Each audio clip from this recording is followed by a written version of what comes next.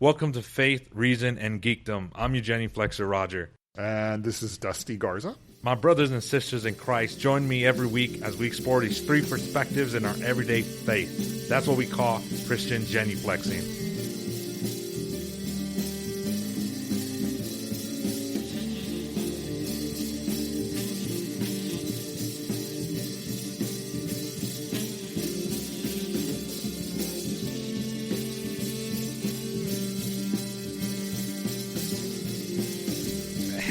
Heavy episode. So if you guys don't like that, too bad. So I'm just playing now. Well, again, this is going to be a lighter one.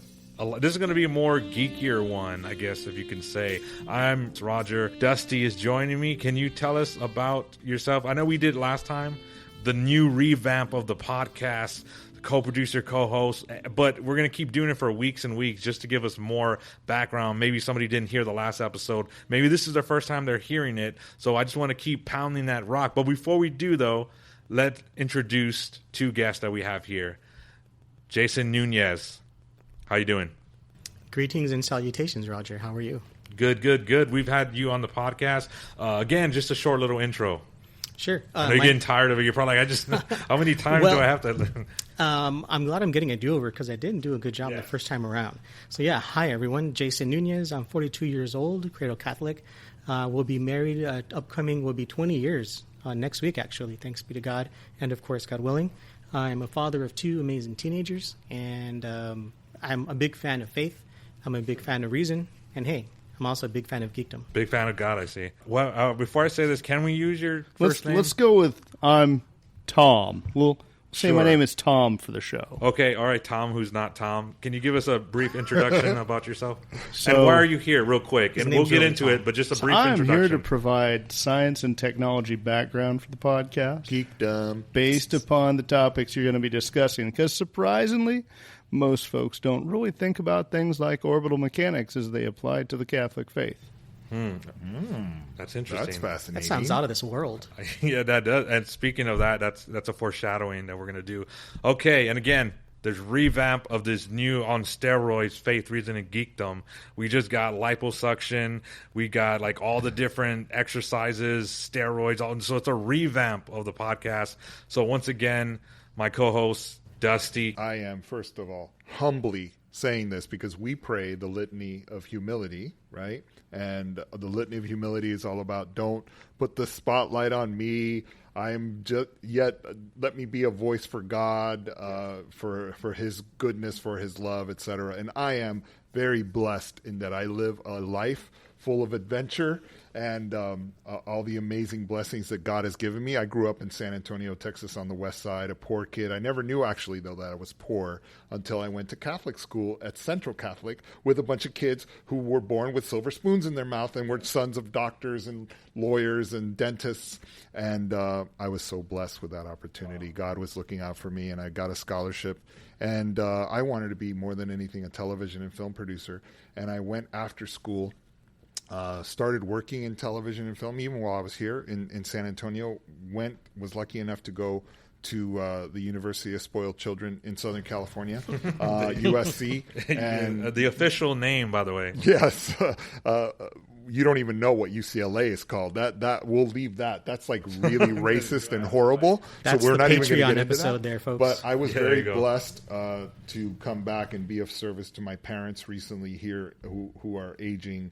And my mom recently passed away after being in hospice care for a couple of years. But that was a blessing because God does work in amazing ways and does create positive, good things from when bad things happen. I came here to be of service. I came here almost on a whim because I felt called to return to my hometown. And I'm still working on projects on both coasts. My background is I am now a 2-time Emmy Award-nominated television and film producer. I am a guy who works on Wall Street with publicly traded companies, helping them get visibility and attract new investors. I get to stay on the bleeding edge, not the cutting edge, on the bleeding edge of new companies and new technologies that are, the market is always forward-looking. The market is always ahead of the news. So we get to see stuff.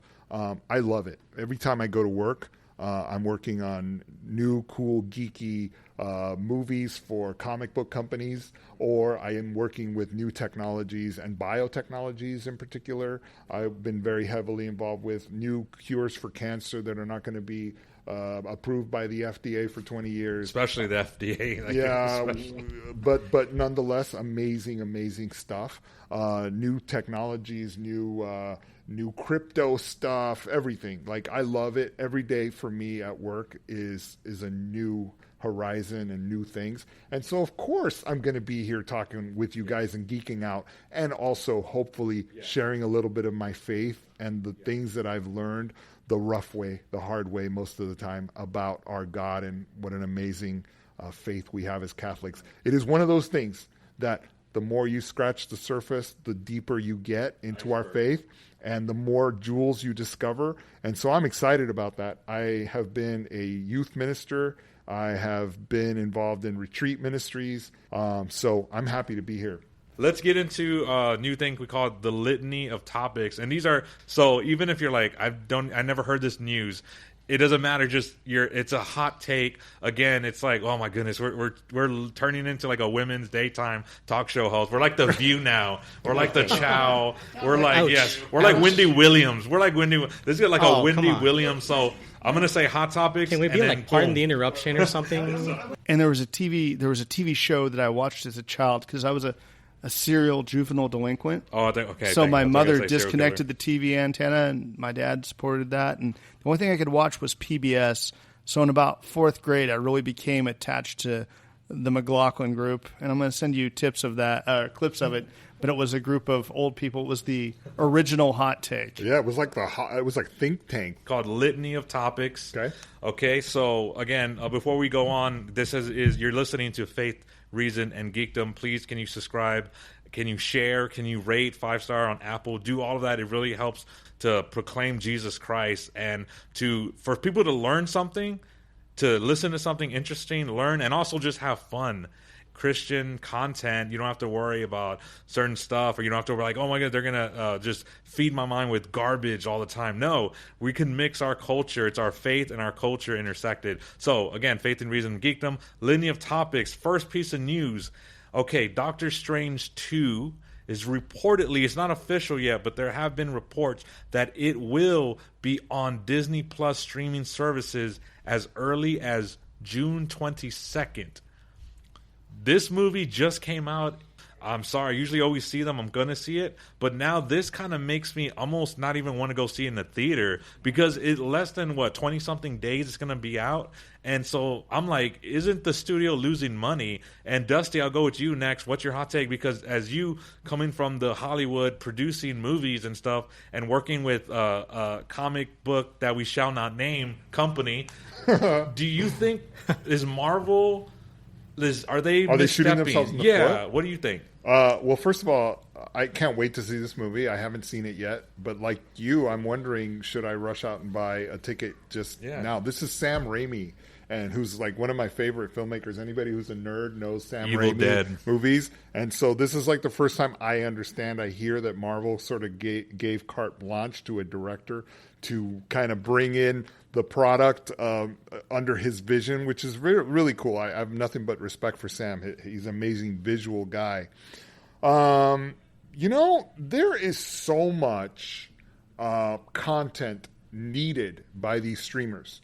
These streamers are all trying to do something. But what I mean when I say streamers, I'm talking about Netflix, I'm talking about Apple, I'm talking about Disney Plus, I'm talking about any number of flavors that these guys are. Plus. Yeah, the Paramount Network, all of this.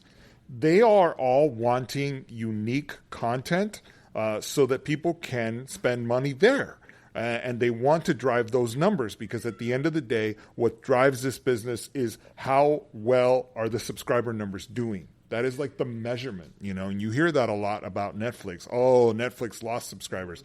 Now Netflix and some of these streamers are taking a harder stance and making sure that they can meet the bottom line and keeping more firm hold on subscriber numbers. You can't share your password now without being charged extra. They're doing that on Netflix, right? They're starting to lock down. They lost a lot of money. So my job as a guy who's running Disney Plus would be, how do I drive my subscriber numbers? I think that if they did that, believe it or not, as something as simple as that would drive subscriber numbers for them. So I understand it. I'm also excited because within that realm, it makes the products we're developing for this potential comic book next Marvel company very intriguing, because hopefully we get into a bidding war by the different streamers for our product. My hot take is okay. That's my hot warm take. take. That's- Warm that's- takes today. How do you really Faith feel? and reason We'll, and geekdom. we'll Warm call, takes. and I'm letting you guys down. Sorry, No, but no. so I've seen the movie, so that's kind of where I'm like, all right, You got a better know, take then. 'Cause yeah, I don't think nobody's seen it. yeah. Sam Raimi let me down. I'm not going to tell you.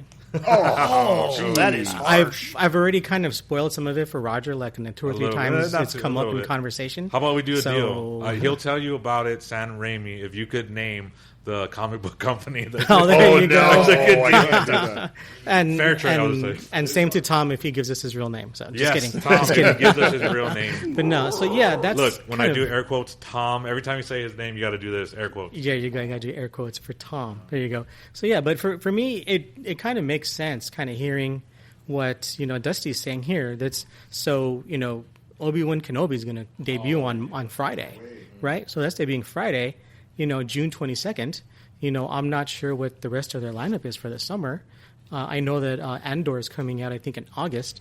So Rogue One. I'm sure there's some kind of other Marvel series that's going to come out, but they may need to bridge a gap somewhere, and this release may help that. So I got a hot take for you. Hot. Coming in hot. Take. Coming Get in yourself hot. a pencil and paper and write this down. Ouch. Don't watch another Marvel movie until you've watched With Great Power. It's a biography of Stan Lee. Oh, nice. Oh, Yeah. wow. I haven't seen that. I Until wanna you watch that. understand, and this is, I think, it's an authorized biography, so, hey, buyer beware. I'm sure there's some things that are more Excelsior. true or less- yeah, he gets into that. But until you understand the perspective of who brought all those things to being and the why, and some context. Spider-Man. Spider-Man. But there's a pretty tough discussion tied to Catholicism in his actual biography. And I'm not going to ruin it for you because I'm that kind of guy. But 2010, With Great Power, the Stan Lee story. yes, it is an amazing, if you want to understand where kind of the creative mind came up with these things that you're seeing presented to you now, the other thing it shows is how many times he failed. Oh, If really? Stanley Perseverance? quit, perseverance. If Stanley quit the first time he failed, it would have been before the start of World War II. So it's a pretty heavy story. There are moments that if you're a parent or if you're married, they'll pull at your heart a little bit. He's a tough guy. He went through a lot. So that would be man. my hot take is before you dig into anything else, understand the author. All right, nice. Very All cool. right, Thank you next for up that we tip. got that's a good. I'm gonna write that down. I gotta watch that movie. I So, told you to get a pencil. well, Dusty he wrote it down for us, so we'll just He's already. he's I already on keyboarded it it. in. He It's in the. keyboarded it in. It's in the Googles, kids. There's a It's in the belief, cloud already, so there- that's right. there's a growing belief that Roger actually has a photographic memory. So yes. I think I'm going to jump on that shit. there. I have a photogenic memory. Everything looks better in Yeah. Oh, yeah, retrospect yeah. than it really was. All right, so the next piece of news we got is on, again, sticking to Disney Plus, the new Daredevil, the MCU reboot. Now, this is coming from Variety, who's a very reliable news source. I love Variety. So Matt Corman and Chris Ord will write and executive produce the new Disney Plus series. Now, I have not seen this. It's called Covert Affairs. It's a spy drama series. They're going to be executive producing and writing the new series. And this is, again, Daredevil. My thing is, I love Daredevil. If I seen the Netflix, I loved it. There's Catholicism in there, and they don't treat Catholicism like a joke, like a lot of the other TV shows. It's an afterthought. No, Daredevil. I mean, Courtney. I was gonna say Courtney Cox. No. Charlie. Close, I was gonna pretty say close. Courtney Cox. Charlie Cox. Sorry. Lisa Kudrow and Jennifer Aniston in the game. Don't forget Marcel the Monkey. Daredevil friend. Yeah, I was like, the actor. I don't think they were in Hell's Kitchen. Yeah, or wherever he was. That's a whole different movie. That's a whole different borough they're in New York. I just said his name. Charlie Cox. Charlie Cox, great. He was on Boardwalk Empire. Great actor, Matt Murdock. He kills it. The hallway scene, the fight sequences. Oh, Vincent D'Onofrio as the Kingpin.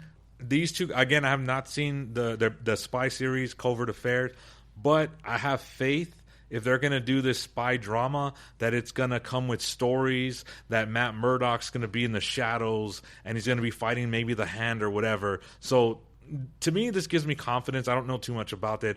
But Dusty, you, again, coming from the screenwriting background, and you've seen scripts, right? You see scripts, you know more or less about, I don't know if you ever maybe known who these people are or seen the shows, but they're producing and writing the series. And what's your take on that? Nothing gets on the air at Disney Plus without considerable packaging considerations. Everything you're seeing that you're excited about is by design. Wow. So absolutely, you should be excited. Have you dealt with Disney Plus, like any but capacity? When I was a partner at an ad agency for a while, we had a Disney as a client. We did direct mail for them. And what was really weird about the Disney thing, they had horns. And I'm trying to remember if we signed a non-disclosure agreement. I don't think we did. But that's fine. That's at one point, we were going to well. Disney headquarters in Anaheim quite a bit. And it's an interesting building. Is it located in hell? No, it's right next to Disneyland. This particular. Oh, building. So it is. So when you stand like in the middle of the building, and you look up. There's this really interesting design that's kind of hidden. It's goofy. It's really weird. But anyway, what was weird about that attending those meetings was they were talking about Walt Disney as if he were still alive. Ooh, Walt would think this, or Walt would say that, and it was just, and it's kind of a really kind of a cool way to keep the, I guess the fiber of Disney alive. But I found it odd. I found it a little bit odd, and then I wondered about that story. Yeah, about that's his what I'm thinking. Brain being frozen. That's exactly what right? I'm thinking. Maybe Bob Iger, or like maybe that's the incarnation. Bob Iger, Iger. You never know. Yeah, but no. Listen, these guys are they're very particular, very specific about the way they do things, and so that's why I said the answer that I did. You know, if they're working on this and they're bringing certain creative staff to executing the show, it's all by design, and it's probably going to be amazing. And I love it because we all, as a family at my home, get together and watch everything on Disney, you know, whether it be these new series. I'm very excited about all that because I know that that's something we can turn on and all watch as a family, and every single one of us be excited about it. What do you think? Same experience for me. My family, we gather around and we watch, Mandalorian, Moon Knight, Boba Fett, all of it there. So Hawkeye, that one was pretty cool. That was like a sneaky good show. But as far as Daredevil goes, that to me was a sneaky good show when it was on Netflix. So we are excited that it's coming to Disney Plus. You could kind of see the writing on the wall. Get it? See? Daredevil's I see what you did there. So yeah, but so I didn't see that coming. There you go. Hopefully you heard it. Let's keep this out. Hopefully you heard it though. Hopefully you heard it coming a mile away. So yeah, you could kind of see the writing on the wall. And if you haven't seen Spider-Man: No Way Home, this is beyond spoilers, right? Yes. But so with Matt Murdock making that cameo, it's like, oh come on, he's in the universe now. Yeah. Like he's a part of the family. Yeah. It's only right that this good show continues on and gets extra legs and continues on Disney Plus. So I'm excited. Brett, so I know, try not to walk into any more pun jokes. I'm trying not to walk into anything. So here's the catch: having a different family experience, not really sitting down and watching anything really like science fiction together as a family is just really not my wife's forte. So now, if you want to talk Great British Baking Challenge, this will be a scheduled event. I'm all over that. There will be a lot of watching. There will be an intense analysis of what went wrong with the bake. So that's Plus. That's more of the family focus. But the kids watch a lot of that stuff. And I, again, going back to my roots as not having anything but public television, watched so much Doctor Who, The Twilight Zone, Alfred Hitchcock, and all those things. So we started talking about, we were talking about aliens. A lot of what I do is informed still by the old Star Trek reruns on PBS and all those things. It kind of spelled out our cultural understanding. But I'll go back to Daredevil. I think my kids will be excited to see it. I saw the little cameo, but then had to turn it off. I just got distracted on the plane and couldn't finish watching that particular Spider-Man movie because it was too stressful for me. So, I'm just curious to see where it goes. Again, going back to having seen how much Stan Lee and the other people at that company, he was not the sole creator or anyway the exclusive source of things, but you really had that magical point where kind of at 5 people or more, you do something that's greater and beyond what the 5 people would have done on their own. So if that's truly foundational to American identity or an interpretation of American identity, I'm curious to see where it goes. So in the news, we've been hearing about monkeypox, the outbreak, spreading. And before I read this is from CNBC, okay? This isn't from Fox News. This isn't from anything like that. This isn't from the Daily Wire. This is from CNBC. And I'm just reading what they're putting. So again, this isn't like any attack or saying this. I'm literally reading word for word. Okay, so European nations have confirmed dozens of cases in what's become the largest outbreak of monkeypox ever on the continent, according to the German military. The most recent surge in cases appear to have been spread among men who have sex with other men. Now, these are the key points I just read it straight from CNBC. I'm just, again, in our last episode already, more hate. The more hate mails coming. This is not particularly a sexually transmitted disease per se. Seems to be spreading through male-to-male sexual contact. And I don't know. I think it's interesting that we're in a culture that shut down the world for 2 years almost, did all this stuff.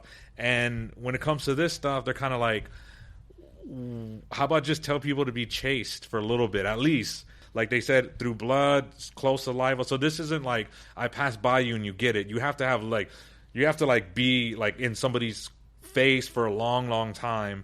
But it can spread and live off of like materials and stuff like that. So what are your reactions, Dust? I know you're like me. I'm just trying to figure out what this has to do with Catholicism or how do we see it? It's a hot take. Hot take. I think I've got a way to pull it back, but I'm going to let you get out there first. I heard that the best thing about having smallpox is that you can take a sip. No, these are monkeypox. Sorry. Yeah, monkeypox, not smallpox. Now the joke's totally ruined. The best thing about having monkeypox is you can take a sip of your friend's Coke and go, oh yeah, by the way, I have monkeypox. That means free Coke for me. Free Coke. You can just touch everything, and I do that anyway because I'm the dad. I'm like, they're like, you're always eating our food. I'm like, well, I bought it, so I just take it. So anyway, but what's your lessons in taxation? Yeah, exactly. There you go. But what's your take on the monkeypox? I think that we should pay close attention to what is happening with it. There's a lot of mystery around this. Even at my own home, our baby, Gabriel Joseph, caught something 2 weeks ago, and we thought it was chickenpox. And we thought, but wait a minute, he's only a year old. Does this happen? So we took him to the hospital, to the doctor, who then sent us to the hospital to try to find his vein so that he could get some. That's hard, yeah. Yeah, very, very difficult as a parent to watch this kind of thing, to draw some blood and run some tests. But the problem is that even after the tests were run, the doctors were not able to tell us what he had. And the symptoms, when you looked at the pictures of the smallpox that started hitting the news right around the same time, they looked sort of like that, but they also just looked like chickenpox, right? So it's really hit home for us, and we're taking it seriously. I think people do need to take this seriously. If you don't, what is that? If you don't study history, you're bound to make the same mistakes, right? So that's my take. Jason, what do you think? Because again, I'm just reading from what they're saying is that the virus is not a sexually transmitted infection. Most recent surge in cases appears to have been spread among men who have sex with other men. World Health Organization official emphasizing that anyone can contract monkeypox. Natural law, and I know it was already my take, but real quick, natural law says, and that goes before religion. That's even Aristotle. That goes with the Greeks. They say if you use something against its nature, it tends to have bad consequences. That's all I'm trying to say is like, Well, yeah. So, yeah, for me, kind of what you're sharing, because this is really the first exposure I've had to any kind of detail as far as what monkeypox actually is. There's conflicting information, or what sounds like it, right? It's not this, but this is what we're finding, right? So to me, it's confusing. Why is it called monkeypox? Maybe there's an easy answer for that. That's the first question I have. And one of the first thoughts I have is like, I think I've kind of already seen this movie already, kind of. Is this the bad sequel to the original? Dustin Hoffman, right? Outbreak.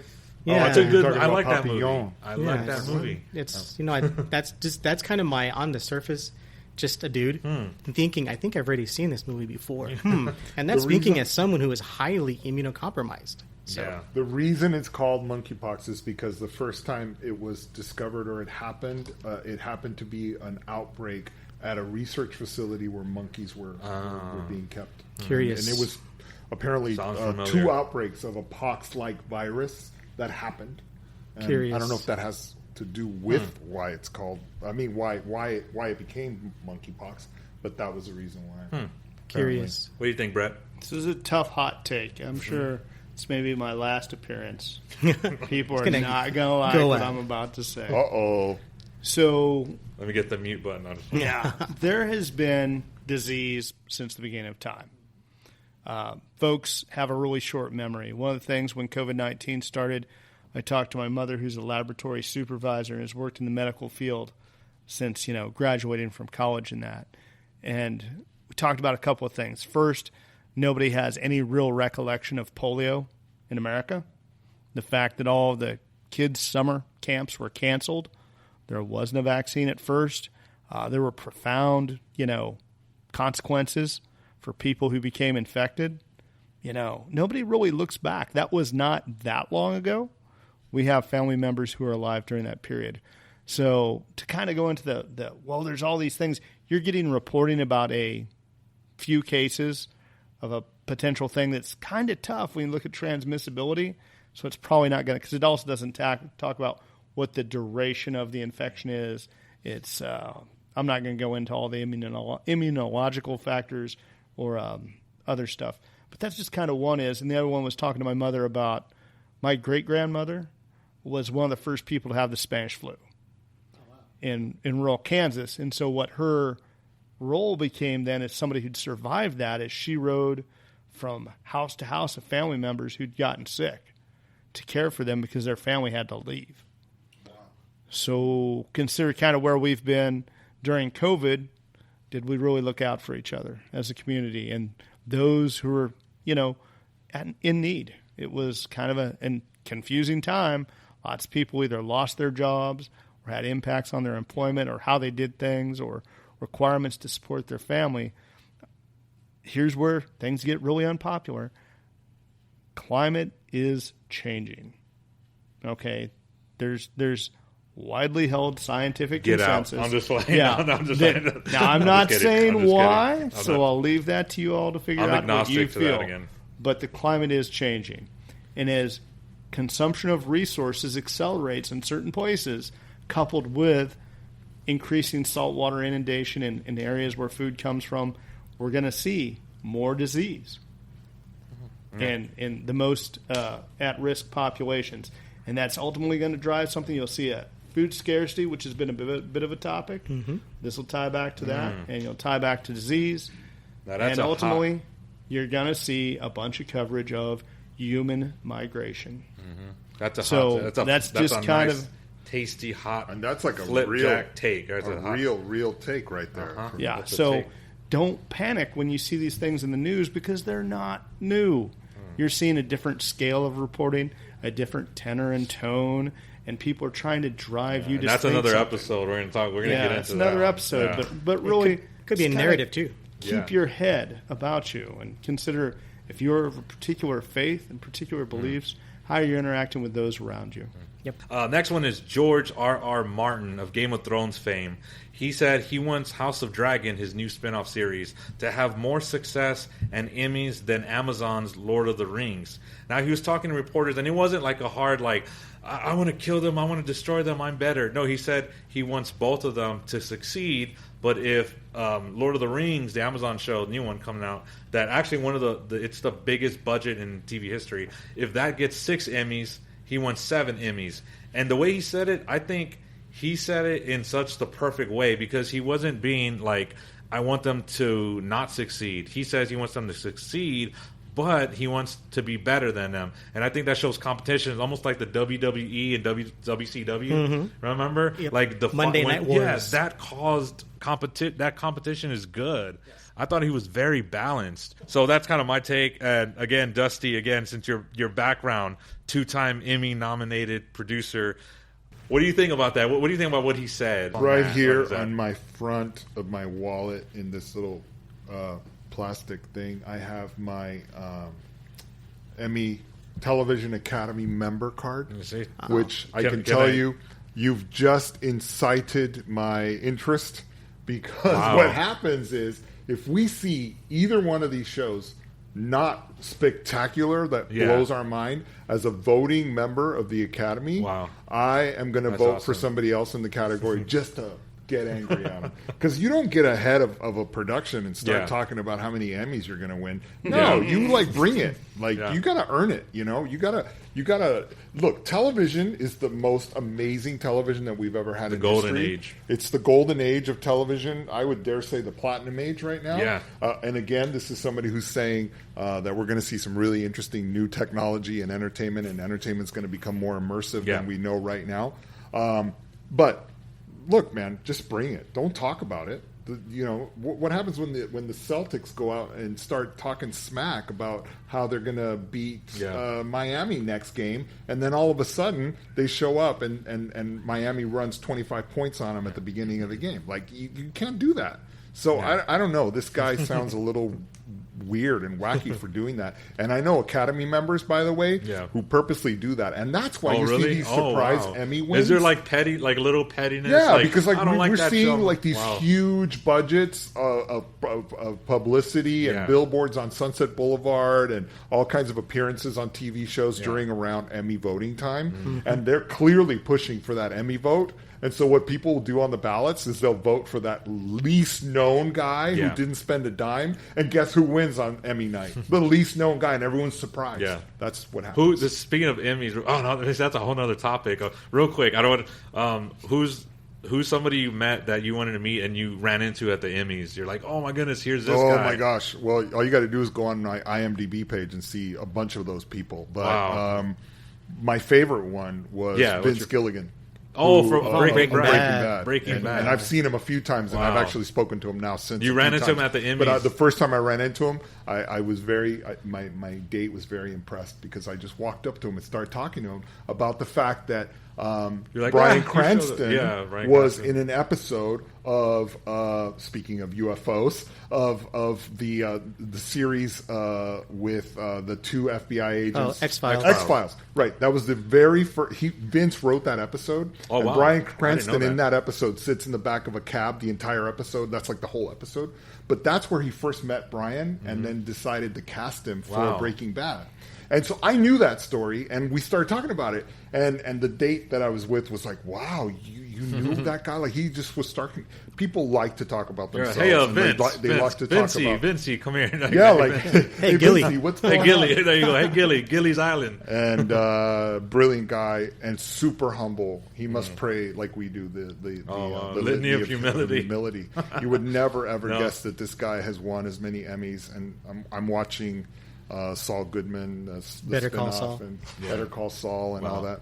But you definitely meet some really interesting people at those events. Cool. So I'm gonna have to bring up this topic again just to say how many stories you have. Yeah, right. I'm Jason. Sure he's got many. I have not seen Game of Thrones, but I can. I don't endorse it. I've watched all of his series, but I think you have to have a particular. If you struggle with certain things, I say don't watch it. I just look away, look in the corner, fast forward. A lot of fast forwarding, but I love Game of Thrones. Again, I'm not endorsing. I'm just saying I loved it.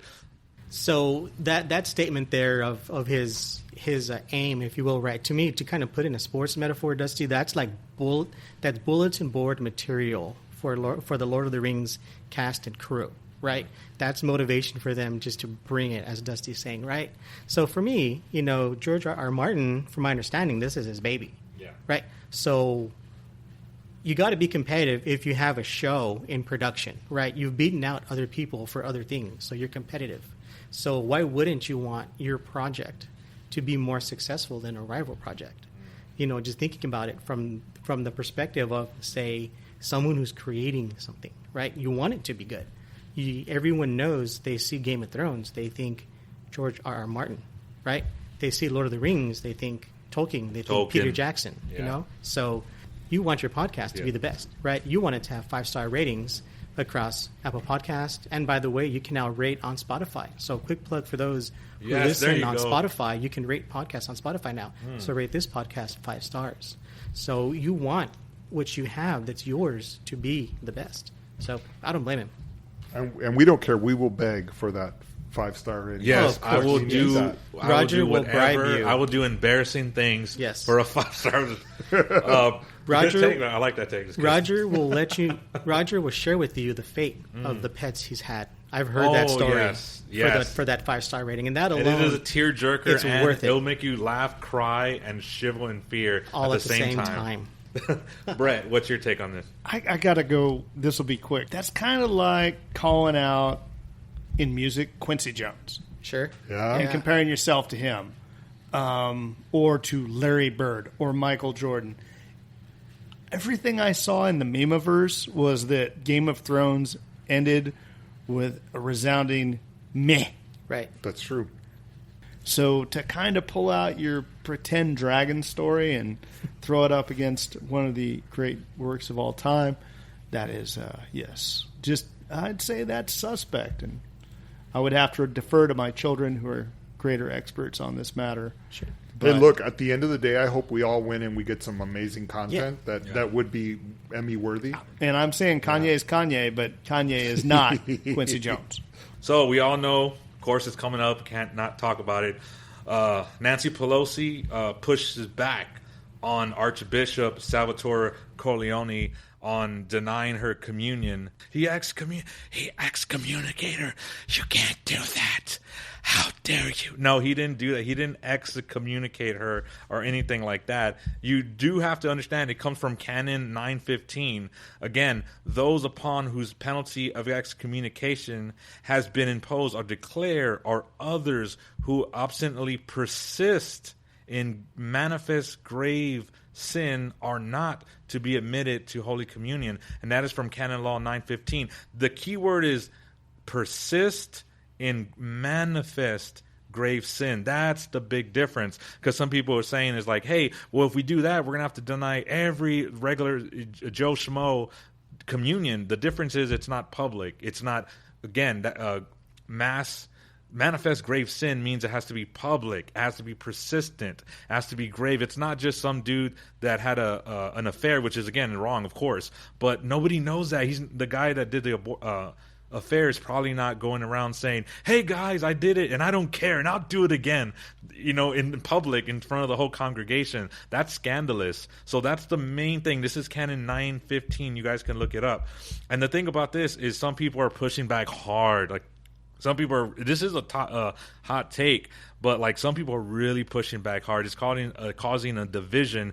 And it's funny because a lot of people, even non-Catholics, are saying, hey, why is the Archbishop, he should mind his own business, stop getting in politics. But then yet they're in Catholicism. They're like, this is a Catholic issue. And they are deeply they care about communion. And they're not even Catholic, but yet they have this communion. And a lot of people are saying, too, you can't deny communion because, Jesus would have did this. Jesus loves everybody. But remember in Scripture, it talks about Jesus said, you will cause grave harm to you if you partake unworthily.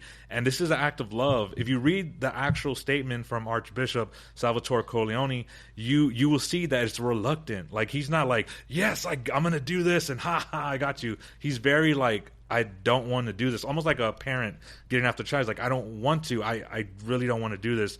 But, I mean, some people are saying that this is like a boss move from Salvatore Corleone. And speaking of his name, Salvatore Corleone, it sounds really like bling, bling, bling, bling, bling, bling, bling, bling, bling, bling, bling, bling. Like, I can imagine him coming up. He's like, you come to my house and say, Archbishop Salvatore Corleone. I love this. Justice.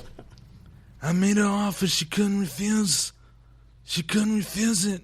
That's what I hear. Bling, Keep going, bling, man. bling, That's bling, awesome. bling, bling. That's what I hear is like in my head. It's Corleone, like Don Corleone himself, Michael Corleone. Like, I don't know, this vibe, I feel split because at the same time I'm like, yes, do this. Yes, you need to. And at the other time I'm like, wait, I shouldn't be happy that this is happening. You know what I mean? Like, in a way. It's sad. Yeah, there you go. Okay, so I'm glad he did this. I'm with our bishop.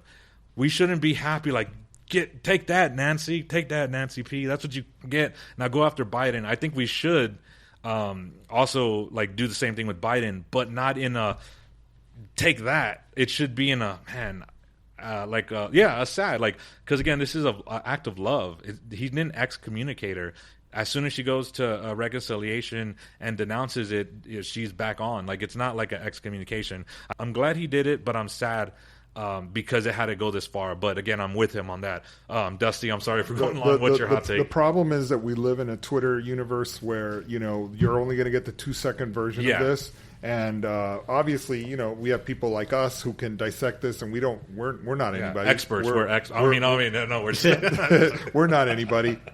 We pray that prayer of humility, right? Yes. But the thing that jumped out at me was the quote. He said, after numerous attempts to speak to her and to help her understand the grave evil she is perpetrating, the scandal that she is causing, the danger to her own soul that she is risking, I have determined that the point has come which I must make a public declaration that she should not be admitted to Holy Communion. Amen. Okay? Sad. Yeah. I don't get paid enough or have enough expertise to judge the situation other than to share this. I was part of a group that taught catechism, and in particular a class to adults who were becoming Catholic. There was this one person in that class who was very outspoken about a lot of things that he didn't understand throughout the year as we were teaching this class, and they were going to receive their sacraments of communion and confirmation. We've seen this in our faith. We know what I'm talking about, right? And at the end of the year, there was some discernment by some of the people who were the teachers in this class. And they decided, no, he shouldn't get his confirmation or his communion. He's not really a Catholic because he questions everything. And interestingly, as I started to do research, as I butted heads with them, and I said, that's not for us to judge. Our job, if we were doing this, is why didn't we prepare him better to understand some of these things that he's questioning, right? And I went toe-to-toe with the group. I became public enemy number one within the group of catechists. And then I advised the pupil, the candidate, to go to the priest about it. And then he invited me to come to that meeting, and we went. And the priest, interestingly, agreed with us. And he said, well, then, if you don't think he's ready to be, or he's not worthy of communion, then you probably didn't do your job right. And at the end of the day, it's not really your job to decide that. I think those of us who are Catholic who really believe the gift that we receive in communion and how healing it can be, and how many of us in my life, I've come to rely. During portions of my life, I had to go every day to church, to Mass, to receive that in order to fight through whatever I was challenged with. Wow. And it's a beautiful, beautiful thing. This is a very serious thing. Yeah. And I agree with you. It's sad that it came to this. Yeah. But I'm not going to judge. I don't get paid enough or know enough. I can just tell you from my own thing that this is a very private matter between you and God sometimes, and it's sad that this had to happen. Yeah, because he tried. He persisted, and like you said, Jason, what's your take on this whole the Archbishop Corleone. Making her an offer she couldn't refuse. Some peppers, some tomatoes. You get the tomatoes and the meatballs, and All right. I'm there, man. I just close my eyes and I'm there. Like, I can hear the music in the background and everything. I'm there. Exactly. Almighty God, have mercy on Nancy Pelosi and on all that bear evil will and will harm, and on their faults and on mine together. By such easy, tender, merciful means as thine infinite wisdom best can devise, vouchsafe to amend and redress and make us saved souls in heaven together, where we may ever live and love together with thee and thy blessed saints, O glorious Trinity, for the bittersweet passion of our sweet Jesus Christ. Amen. Amen. That is a prayer for one's enemies, and That's for those that do not have a voice. It all appears that she is trying to end life before it can begin. And as much emotion as this topic brings, I feel called and I feel responsible to keep prayer at the forefront of this issue, because there have been other examples before Nancy Pelosi about people who were murderous, people who were evil, people who were vile, who turned their life around and became saints. And one of the catalysts for that was prayer. So we cannot lose sight of that in this issue. And that is my hot take. Wow. See, leave it. That's why I have people like you on and other Justin. So this idiot cracking jokes and making don't call me out, and then you come with the prayer right after that. That's like wow. That's like powerful. That's why I need that balance. But I'm dying to hear. I'm dying to hear what Tom has to say. I mean, me too. I saw his eyebrows once again rise. Let's hear it for I'll the just power edit that of out. editing. There you go. Tom. So, Tom. Yes, Tom. So, hey, a little bit of education for you. Technically, because of the people involved, one of them being Nancy Pelosi, an elected official, it is against the law for me to say anything under the Uniform Code of Military Justice, Article 88. And that is part of when you sign on the line, you are actually letting go of a lot of the rights that the rest of Americans enjoy.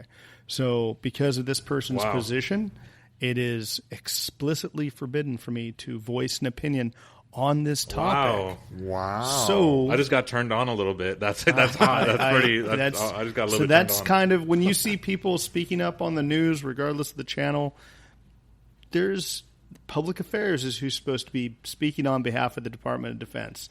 Somebody's local opinion in uniform is not appropriate. Wow. Somebody's opinion at a rally is not appropriate. Wow, For you that's to very use cool. your Man. identity as a member of the Department of Defense, Wow. regardless of branch, rank. You're There's in some deep issues. in the government, then. You're not, No, I'm just saying this is something that's like Those didn't know rules that. exist for a reason. heavy didn't know that. education because what nobody realizes, theoretically, who does everybody in the Department of Defense, every soldier, sailor, airman, and Marine, who do That's they right. work for? The chain of command. Actually, president. no. The president? Under an even heavier, yes, you could go to the legal, the president and those appointed over you, but in the true philosophical, what I was taught The country. by my friends who served before I did, because I don't come from a military family, is the individual citizens of the United States of America.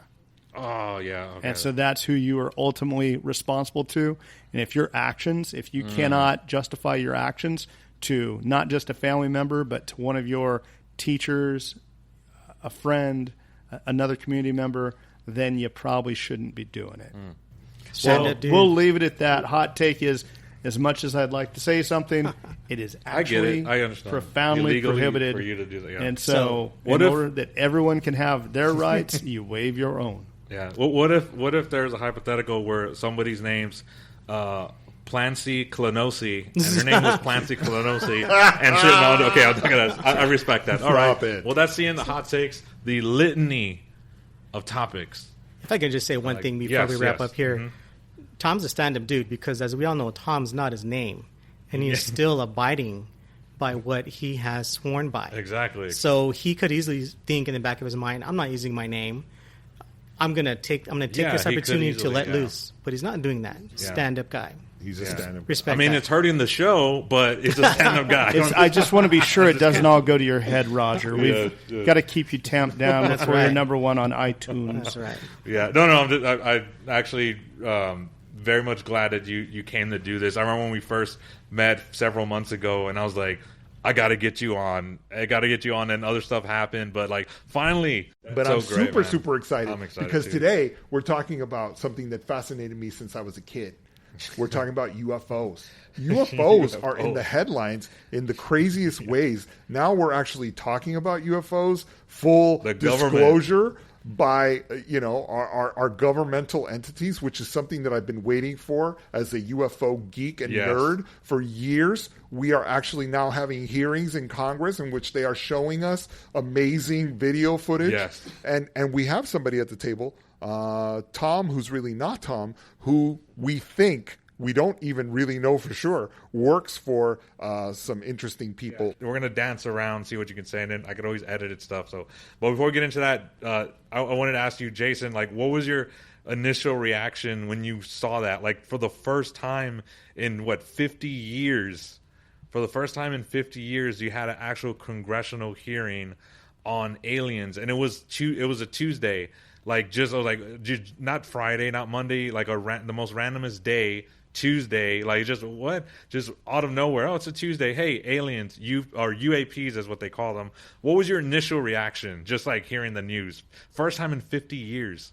Well, I'm glad you mentioned it was a Tuesday, because myself, I kind of have a hard time keeping up with the days of the week as it is.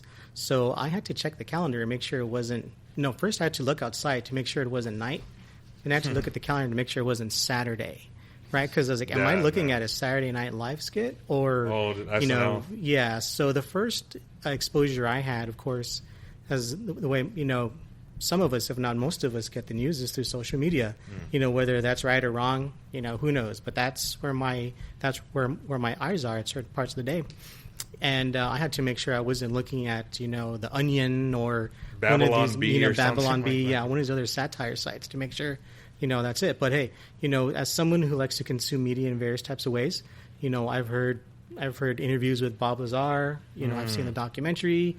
Art Bell. Art Bell is one of my Coast to Coast. favorites. He's one of my all-time favorites. Exactly. God rest his soul is right. But to me, it was, as like for many, confirmation is something that was like, okay, this has got to be how it is. This has got to be a fact, not a conspiracy, not a myth, not something that's fantasy. It has to be real. So for me, it was kind of a wow moment for me. Yeah. So now, Tom, who isn't Tom, or should I just call him John Doe? So just call him John Doe. What if we call him Mott? Tom. What if we call him The Mott? That's Tom backwards. The person formerly known as Tom. No, what was it? But all right, Tom. So now I wanted to get your initial reactions of what you heard, but also without telling us And what you context do we yeah. place you in? What box? Like, do we can you place get as close as possible? Can you get us like to second base? You know what I mean? Like, use second base. Like, come on, We're not even don't be a asking for tease. third. Don't be a tease. Just give us the second I'm base. flattered. So, the idea is that I work. So, give me my background real quick. So, I'm a 49-year-old guy from rural Kansas. I came into the church in 2000, very auspicious year. This is our 24th anniversary with my wife. I have 5 kids. Among other things that apply to this, I am a career Army officer and work in the space operations field. So part of my job is I provide solutions to problems that can't be solved using existing capabilities. But the interesting thing about where I grew up in rural Kansas is it's also the location of a NASA museum, the Kansas Cosmosphere in Hutchinson, Kansas. So it's a little different. It's kind of like growing up in Huntsville or maybe Cape Canaveral, where your whole life you're immersed in the culture of space discovery and exploration and things like that as a routine part of your day-to-day class. So I didn't pay a lot of attention to what happened in Congress. I I try and limit my C-SPAN consumption to really critical things. You don't have a streaming service? That's said by the first time ever in the history of the world, limit my C-SPAN consumption. Yeah, you can really get a little too carried away. I'm sure there's rabbit holes. Very, very edgy stuff there. Yeah. But C-SPAN, Reddit, it's the same thing, right? Rabbit holes. Really, I think the biggest thing what we're looking at here is there is a gap in folks' education and knowledge. And so what you've got now is Congress is opening that up and trying to look at what is happening, what are the actual reports, what has the FAA seen, what has the military reported, what is the global observation of these phenomena, and how do you address that in a meaningful way? Because to a certain extent, you want to understand phenomenology that's happening. Does NOAA know something? Is there things we haven't put together? I think the other thing that's probably driving this is changes in technology and the fact that the threshold of entry to unmanned aerial systems is going lower and lower all the time. The technology available is more and more profound. So you're going to see a lot more of those types of incidents where you see an aircraft collision with a UAS. And so you kind of have to scope everything and so you can educate the public as to what's actually happening, what they're seeing, or what we don't understand. And as you said that you kind of, again, you work in the government and you know a lot of stuff that some you can tell us, something you can't. But on your expertise, you talked about technologies and you talked about this knowledge. I want to ask you, what do you think about this? Because here's a quote from the actual congression of the UPAs. Again, they're trying to get away from the stigma. Yeah, like UAPs. What did I say? UPA? Isn't that like that's a different? Is that now elderly insurance company or something? Does UAP stands for? I'm going to guess unexplained aerial phenomena. Yeah, that's right. Okay, that's good. That word and your phone are going to do a good job. Euphemism. It's a euphemism phenomena. for UFO. Okay. But Robert Powell, he's the executive on the board member of the Scientific Coalition for UAP Studies, and he was saying that he was kind of disappointed that, quote, they were unaware of inclusions over U.S. nuclear facilities which can be traced back to 1947, unquote. I just peed myself a little bit. Like, that's scary.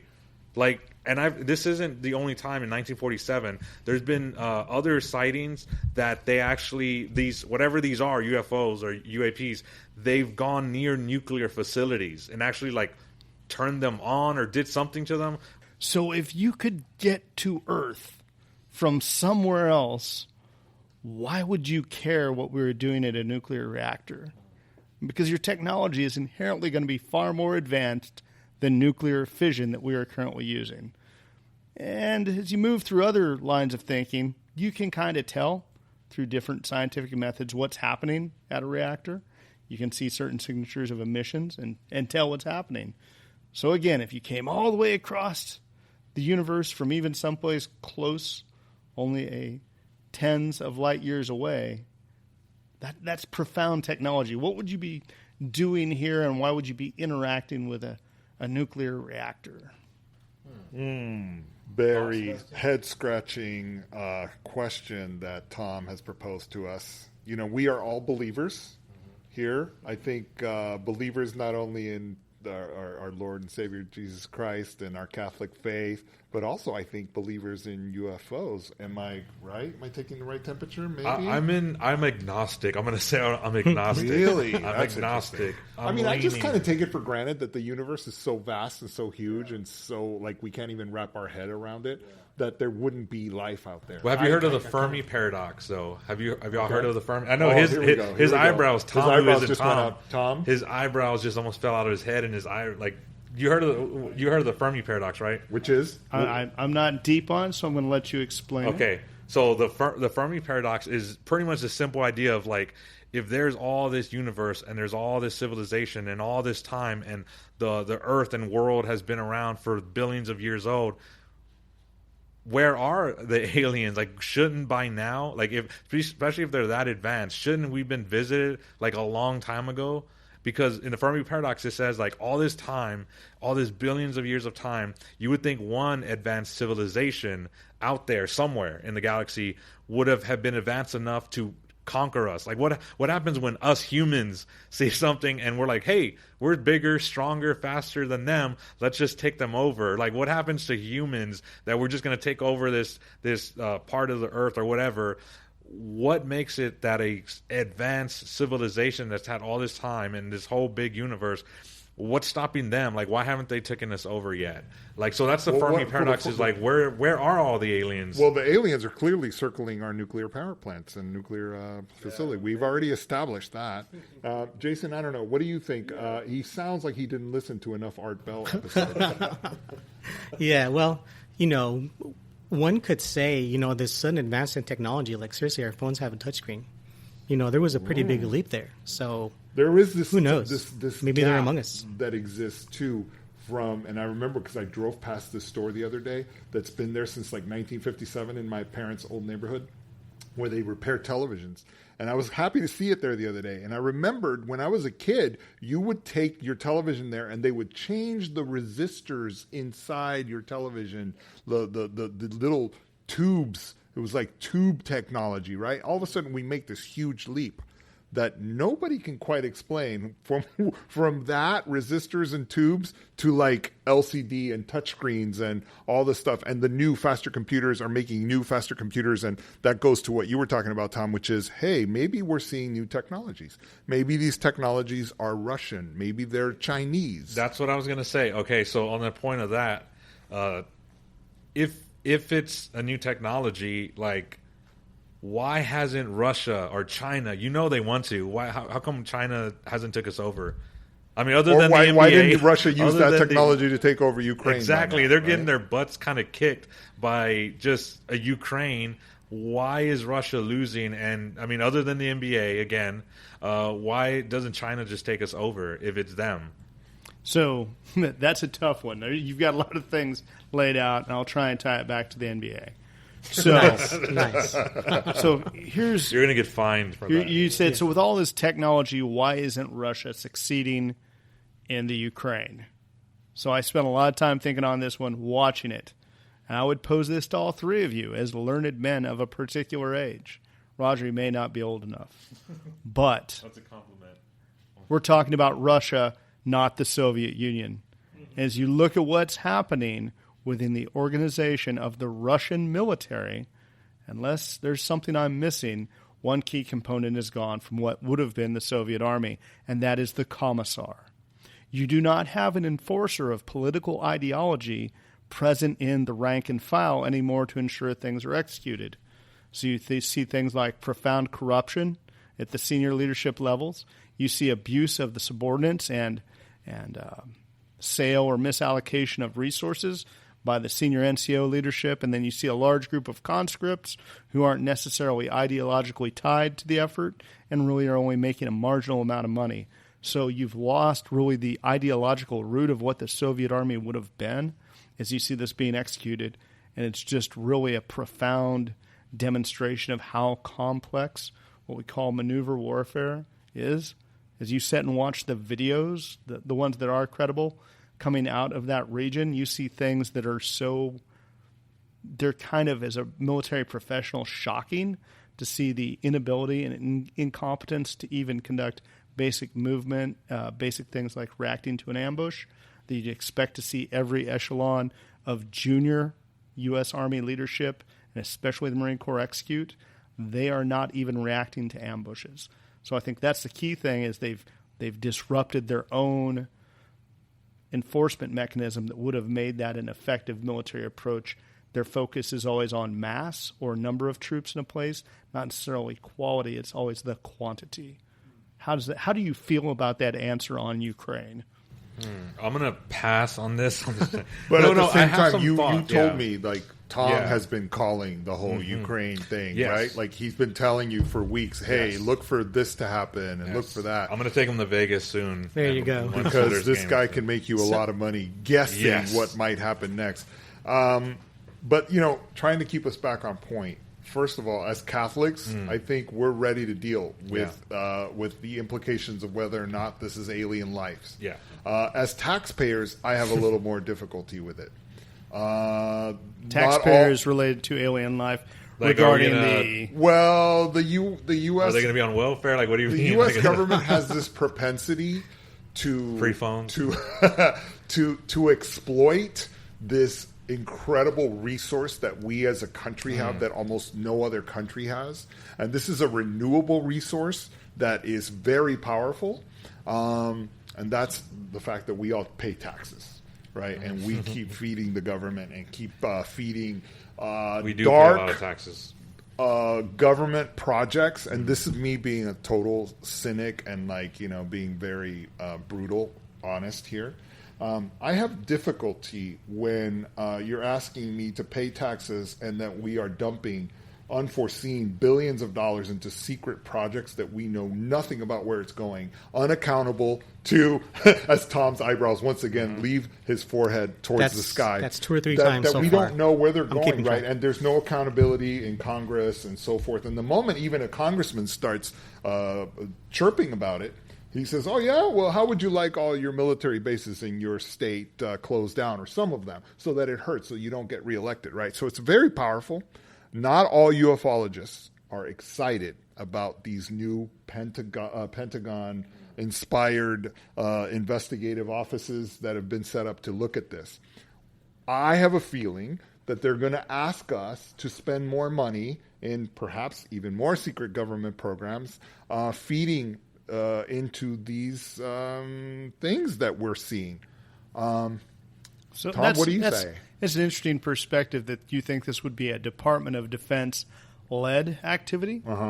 Because really this would be, as you sit down and parse out how you do things as a government, the question is under which authority. Okay. So that's a lot of my job ties to understanding which actual title of U.S. code gives you permission to conduct an activity, to receive funding for it, all of those things. So really, if you look at where NASA and the FAA sit, this really would fall within their purview if it's happening in the United States of America, territories, and other regions of interest that are controlled by the United States legally. But isn't this a lot about the insistence, and this was talked about during the hearings, at least the things that I saw, our national security efforts rely on aerial superiority, right? That's like a big, big reason why we have strength as a military in the world, that we outspend everyone by not many, many multiples, and that air superiority exists. So all of a sudden now it's become an issue that we're seeing something, these unidentified aerial phenomena that are coming and not only disrupting military operations, coming close to ships, Near nuclear misses, power plants, all kinds of stuff. So that's a good point. But what's really curious is you get into the profession of doing this stuff. What the Department of Defense does best for our nation is provide a rapid framework for problem analysis and action. It's not necessarily the greatest at research. Because one of the things that's changed, I can't remember, how old did you say you are? Older than I look. Old enough, yeah. So this is military joke time. So you were a kitchen patrol at the Last Supper. Okay. So you're crossing guard at the Red Sea. So you're old. But the idea is that as we spin all this around, for so long, the American culture has believed the military was the source of our greatest technology. That's kind of fading as things are progressing with different startups and other organizations. You see actually a lot of really profound advancement coming out of Silicon Valley and Washington State. And I was just talking about that places in Wall like Street that terms. where Yep. It's true. Department of Defense isn't necessarily driving. We're more trying to understand emerging technologies and how you're going to apply them to a military application. Is that a Look, good thing, though? some of these guys that were testifying were genuinely concerned. Yeah. That this might be something, this aerial phenomena might belong to It could be something a bad. foreign a foreign government, nation. Yes. Right? And that would be a point of interest, but until right now you have an untested hypothesis. You've got to start categorizing and gathering data about these, what do you call them? UAPs. UAPs. Okay, I'm trying not to spit in your microphone there. But so you got to gather the initial data set, and that's probably one of the things that the military itself is the least competent at doing that. You really look to the academic model, where you have people there are data scientists out there that are profoundly gifted that can pull in all of the different sources and start creating a cross-referenced database that's going to tell you a lot more, because you don't even know when somebody's giving you a visual report. One of the first things they teach you in the military is that the first report is almost always wrong. Wow. So if you have first report, you always look at it, okay, something's going on, I need to understand it, and you start refining the process to understand what's actually happening. With something as complex as this, going back to just playing UAVs, I guarantee you, if we told everybody in a football stadium, hey, if you see a UAV tonight at the football game, at the basketball NBA parking lot, if you see this thing, tell me about it. You could put a stimulus out there and get all kinds of different reports about how many we're seeing, how big it was, what it looked like. Yeah. So part of this is to start understanding what you're actually encountering from a more quantitative perspective. And then there's things nobody thinks about, like there's radars all around San Antonio, right? So if it's flying through the air and it's an unidentified phenomena, it's inherently going to interact with radar at some point. We just may not see it because algorithms filter it out. So I think there's a lot of things to move towards understanding from a more scientific approach. Now let's say, that still doesn't say it's not, in fact, extraterrestrial. You can't rule it out because you don't have enough data to even describe what you're seeing. It's I can't say that word. Inconclusive? Inconclusive. Jason, what would you, just throwing it out there, it's kind of, would you rather it be a foreign entity that's doing this, or would you actually rather it be extraterrestrial? I'd rather it be extraterrestrial because it'd be Why? something new. It'd be something new. If it's a foreign entity, if we look at the past, foreign entities encroaching on our radars or encroaching on our territories don't really bode well for It's not a good track record. coming to any kind of resolution civilly and, peacefully, if you will. So I'd rather it be a foreign entity. That way there's okay, what do we know about this? One would say nothing. Okay, so let's start from the beginning and let's look into this. Or it's okay, it's time to let all the people out from the back room that know all about this and put them in front of the cameras and let's calm down, the American populace and let's talk about this. And of course, there's the saying, what the American population doesn't know is what makes the American population, right? So who knows? Who knows? But for me, just knee-jerk reaction is I'd rather it be something from outer space. I have a question for Tom, though. So, because you made a point earlier about how, space and where the kind of the technology, where it's going and that kind of stuff. What was the whole deal, or from your point of view, given your background, what was the whole deal behind Richard Branson, Elon Musk, and Jeff Bezos hanging out in space for however short of a time of it was? I thought it was like publicity, but given COVID, Amazon doesn't need publicity because that's everyone's grocery store now and everyone's go-to. But so to me, that's kind of one of those random thoughts I have when I'm folding towels or driving somewhere, sitting at a red light. It's what was the deal with those guys just trying to get to space? They just came out of nowhere and then it's forgotten. So yeah, it's